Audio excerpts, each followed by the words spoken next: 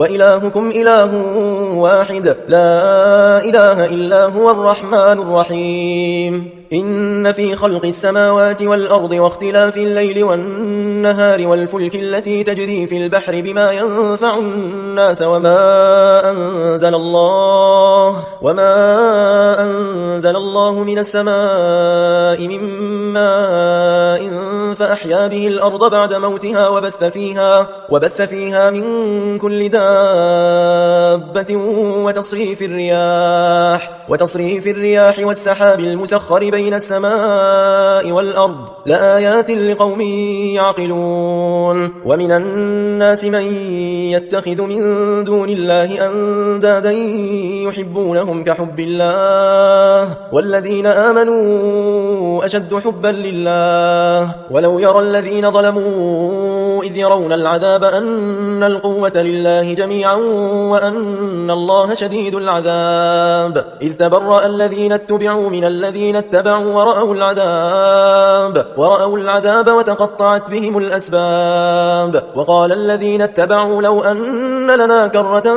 فنتبرأ منهم كما تبرأوا منا كذلك يريهم الله أعمالهم حسرات عليهم وما هم بخارجين من النار يا أيها الناس كلوا مما في الأرض حلالا طيبا ولا تتبعوا خطوات الشيطان إنه لكم عدو مبين إنما يأمركم بالسوء والفحشاء وأن تقولوا على الله ما لا تعلمون وإذا قيل لهم اتبعوا ما أنزل الله قالوا بل نتبع ما ألفينا عليه آباءنا أولو كان آباؤهم لا يعقلون شيئا ولا يهتدون ومثل الذين كفروا كمثل الذي ينعق بما لا يسمع إلا دعاء ونداء صم بكم عمي فهم لا يعقلون يا أيها الذين آمنوا كلوا من طيبات ما رزقناكم واشكروا لله إن كنتم إياه تعبدون إنما حرم عليكم الميتة والدم ولحم الخنزير وما أهل به لغير الله فمن اضطر غير باغ ولا عاد فلا إثم عليه إن الله غفور رحيم إن الذين يكتمون ما أنزل الله من الكتاب ويشترون به ثمنا قليلا أولئك ما يأكلون في بطونهم إلا النار ولا يكلمهم الله يوم القيامة ولا يزكيهم ولهم عذاب أليم أولئك الذين اشتروا الضلالة بالهدى والعذاب بالمغفرة فما أصبرهم على النار ذلك بأن الله نزل الكتاب بالحق وإن الذين اختلفوا في الكتاب لفي شقاق بعيد ليس البر أن تولوا وجوهكم قبل المشرق والمغرب ولكن البر من آمن بالله واليوم الآخر والملائكة والكتاب والنبيين وآتى المال على حبه ذوي القربى واليتامى والمساكين وابن السبيل والسائلين وفي الرقاب وأقام الصلاة وآتى الزكاة والموفون بعهدهم إذا عاهدوا والصابرين في البأساء والضراء وحين البأس أولئك الذين صدقوا وأولئك هم المتقون يا أيها الذين آمنوا كتب عليكم القصاص في القتلى الحر بالحر والعبد بالعبد والأنثى بالأنثى فمن عفي له من أخيه شيء فاتباع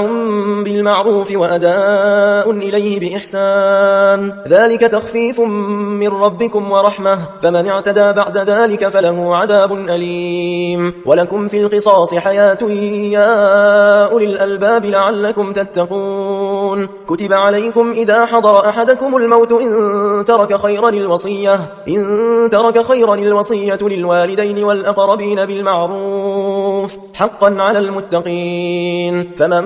بدله بعدما سمعه فإنما إثمه على الذين يبدلونه إن الله سميع عليم فمن خاف من موص قوس جنفا أو إثما فأصلح بينهم فلا إثم عليه إن الله غفور رحيم. يا أيها الذين آمنوا كتب عليكم الصيام كما كتب على الذين من قبلكم لعلكم تتقون أياما معدودات فمن كان منكم مريضا أو على سفر فعدة من أيام أخر وعلى الذين يطيقونه فدية طعام مسكين فمن تطوع خيرا فهو خير له وأن تصوموا خير لكم إن كنتم تعلمون. شهر رمضان الذي أنزل فيه القرآن هدى للناس وبينات من الهدى والفرقان فمن شهد منكم الشهر فليصمه ومن كان مريضا أو على سفر فعدة من أيام أخر يريد الله بكم اليسر ولا يريد بكم العسر ولتكملوا العدة ولتكبروا الله على ما هداكم ولعلكم تشكرون. وإذا سألك عبادي عني فإني قريب أجيب دعوة الداعي إذا دعان فليستجيبوا لي وليؤمنوا بي لعلهم يرشدون. أحل لكم ليلة الصيام الرفث إلى نسائكم هن لباس لكم وأنتم لباس لهن علم الله أنكم كنتم تختانون أنفسكم فتاب عليكم وعفى عنكم فالآن باشروهن وابتغوا ما كتب الله لكم وكلوا واشربوا حتى يتبين لكم الخيط الأبيض من الخيط الأسود من الفجر ثم أتموا الصيام إلى الليل ولا تباشروهن وأنتم عاكفون في المساجد تلك حدود الله فلا تقربوها كذلك يبين الله آياته للناس لعلهم يتقون. ولا تأكلوا أموالكم بينكم بالباطل وتدلوا بها إلى الحكام لتأكلوا فريقا من أموال الناس بالإثم وأنتم تعلمون. يسألونك عن الأهلة قل هي مواقيت للناس والحج وليس البر بأن تأتوا البيوت من ظهورها ولكن البر من اتقى وأتوا البيوت من أبوابها واتقوا الله لعلكم تفلحون. وقاتلوا في سبيل الله الذين يقاتلونكم ولا تعتدوا إن الله لا يحب المعتدين. واقتلوهم حيث ثقفتموهم وأخرجوهم من حيث أخرجوهم